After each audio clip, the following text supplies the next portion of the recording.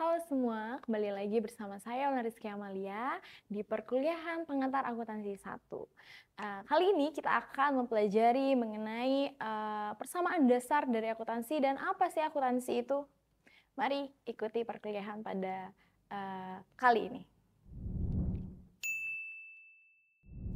Baik, di sini ada 6 learning objective atau tujuan pembelajaran kita. Setelah kalian mempelajari dan menonton video ini, kalian diharapkan dapat bisa menjelaskan apa sih akuntansi itu. Kemudian yang kedua, dapat mengidentifikasi pengguna dan kegunaan akuntansi. Kemudian yang ketiga, kalian bisa mengexplain accounting standard atau menjelaskan dari standar akuntansi itu dari mana aja dan measurement principle. Kemudian yang keempat, kalian bisa menyatakan persamaan dasar akuntansi dan mengidentifikasi komponen-komponennya. Dan yang kelima, kalian diharapkan mampu menganalisis pengaruh dari transaksi bisnis di dalam akuntansi. Dan yang keenam, kalian diharapkan mengerti understand financial report and how to for our structure. Maksudnya di sini kalian diharapkan mengerti untuk menyusun keempat laporan keuangan tersebut. Mari kita ikuti perkuliahan pada kali ini. Yang pertama, the learning objective yang pertama, kalian harus tahu dulu apa sih akuntansi gitu. Apa akuntansi? What do you think about accounting? Kalau mendengar kata akuntansi, apa sih yang ada di pikiran kalian pertama kali? Mungkin beberapa ada yang berpikir kalau akuntansi itu hitung-hitungan gitu ya, uang, terus susah seperti itu. Ya, benar seperti itu. Akuntansi itu hitung-hitungan ya. Tapi di sini menurut bukunya Warren, Rep and Wahyuni dan Jusup tahun 2017, accounting is an information system that provide report to stakeholder regarding economic activities and company condition. Maksudnya di sini adalah akuntansi adalah sebuah informasi yang memberikan laporan keuangan kepada para pemangku kepentingan mengenai aktivitas ekonomi dan kondisi di dalam suatu perusahaan. Itu definisi dari akuntansi. Kemudian selanjutnya, transaksi di dalam akuntansi itu apa aja sih? Atau aktivitas di dalam akuntansi.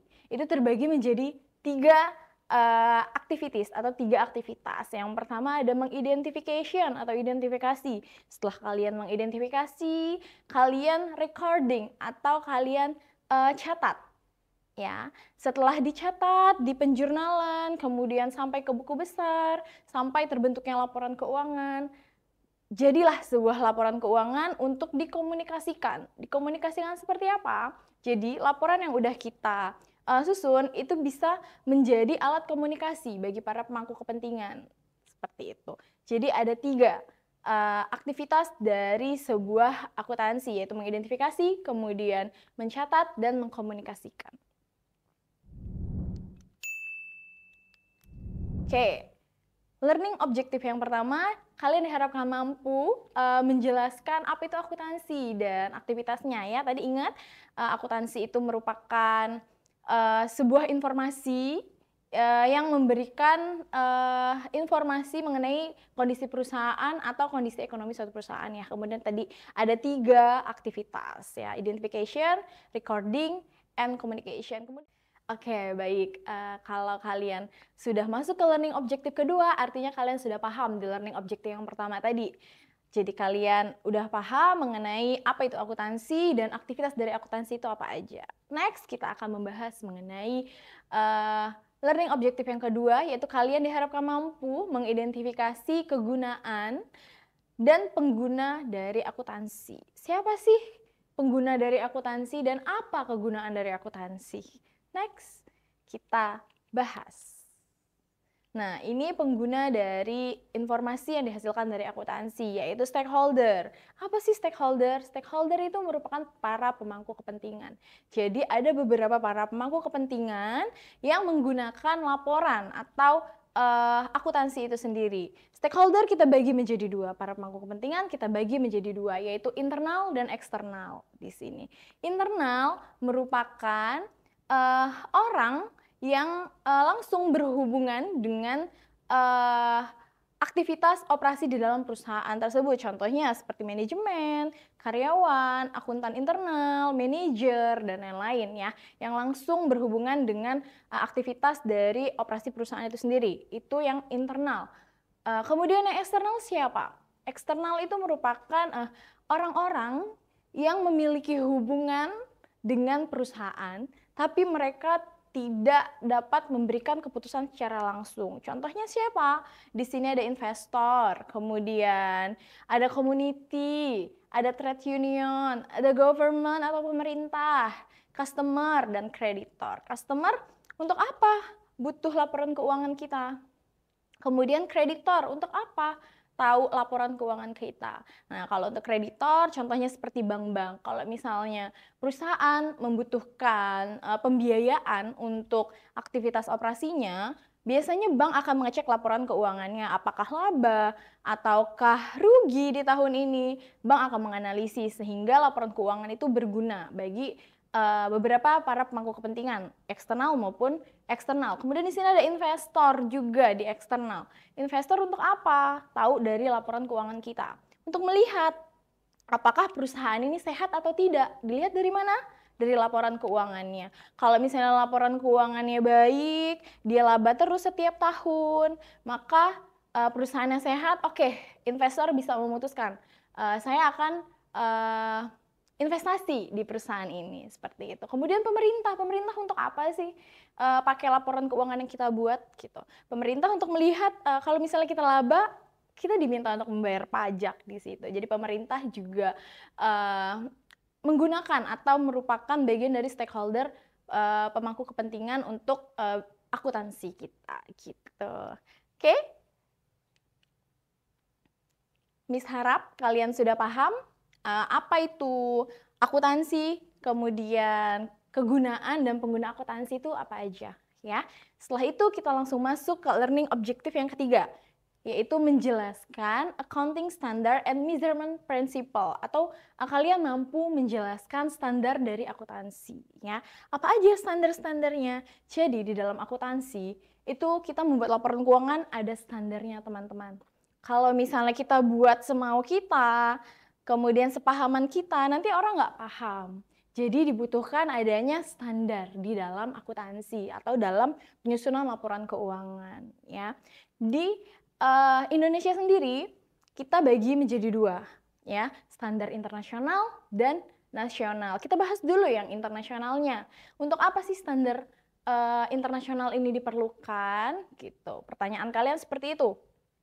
Jawabannya adalah kenapa standar internasional itu diperlukan? Karena setiap perusahaan itu pasti membuat laporan keuangan. Misalkan perusahaan multinasional seperti PT Indofood. Indofood multinasional ya, di luar negeri pun mereka ada gitu ya. Kalau misalnya beda standar antara Indonesia misal dengan Singapura, tidak adanya standar internasional, maka itu nanti akan berbeda penyusunan laporan keuangannya, peletakannya, kemudian rumus dan lain-lainnya itu akan berbeda, maka akan menjadi misinformation di situ. Maka dibuatlah standar internasional dalam penyusunan laporan akuntansi seperti itu, agar sama, mau yang dibuat di Indonesia, mau yang dibuat di luar negeri, atau di beberapa anak cabang perusahaan yang banyak terdapat di luar negeri atau perusahaan multinasional itu sama. Standar accounting standar internasional itu terbagi menjadi dua di dunia ini. Ada FASB dan IASB. FASB merupakan Financial Accounting Standard Board. Merupakan organisasi yang menyusun standar yang namanya GAAP atau General Accepted Accounting Principle. Nah, GAAP ini digunakan oleh siapa sih? GAAP hanya digunakan oleh negara Amerika. Indonesia tidak menggunakan GAAP. Kemudian Indonesia pakai standar yang mana? Indonesia pakai yang IFRS, yang dibuat oleh IASB atau International Accounting Standard Board. Ya, ingat Indonesia menggunakan IFRS yang dibuat oleh IASB. Apa itu IFRS? IFRS di sini merupakan International Financial Reporting Standard. Negara-negara di bagian rata-rata negara di dunia ini menggunakan IFRS. Yang menggunakan GAAP itu hanya Amerika. Gitu. Amerika punya standar sendiri. Mereka tidak menggunakan IFRS. IFRS kita gunakan dan beberapa negara juga menggunakan IFRS seperti itu. Jadi kalian udah paham nih ya, kenapa sih harus ada standar akuntansi internasional gitu ya. Kemudian Indonesia pakai yang mana? Jadi jangan nggak tahu lagi. Oke? Ini yang internasional. Kemudian di Indonesia, setelah internasional itu digunakan oleh perusahaan-perusahaan multinasional, ya, yang nggak cuma ada di Indonesia, tapi anak cabang atau misalnya pusatnya ada di luar negeri juga. Dia menggunakan standar IFRS, ya. Kemudian yang di Indonesia untuk perusahaan-perusahaan lokal, kita memiliki 5 standar. Standar yang dibuat oleh IAI atau Dewan Standar Ikatan Akuntan Indonesia, DSAK dan IAI. Mereka membuat 5 SAK. Ya, ingat yang membuat standar akuntansi di Indonesia itu DSAK IAI. Apa aja standarnya? Yang pertama ada SAK internasional. Yang tadi yang dijelaskan di sebelumnya, kita pakai IFRS ya, yang SAK internasional. Kemudian yang kedua ada SAK Indonesia. SAK Indonesia ini yang umum dipakai ya untuk perusahaan-perusahaan go public. Perusahaan-perusahaan go public yang mempublikasikan laporan keuangannya di IDX itu wajib menggunakan SAK Indonesia. Kemudian yang ketiga ada SAK untuk entitas private ya, atau sekarang namanya SAK etap gitu ya. SAK EP atau etap sama gitu ya, hanya beberapa penyebutannya saja yang berbeda gitu.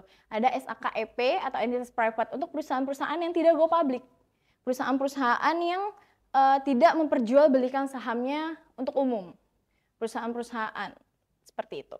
Oke, kemudian yang keempat ada SAK UMKM. Nah, jadi disederhanakan lagi. UMKM itu kalau yang kalian tahu, mereka itu membuat laporan keuangan, tapi lebih disederhanakan lagi.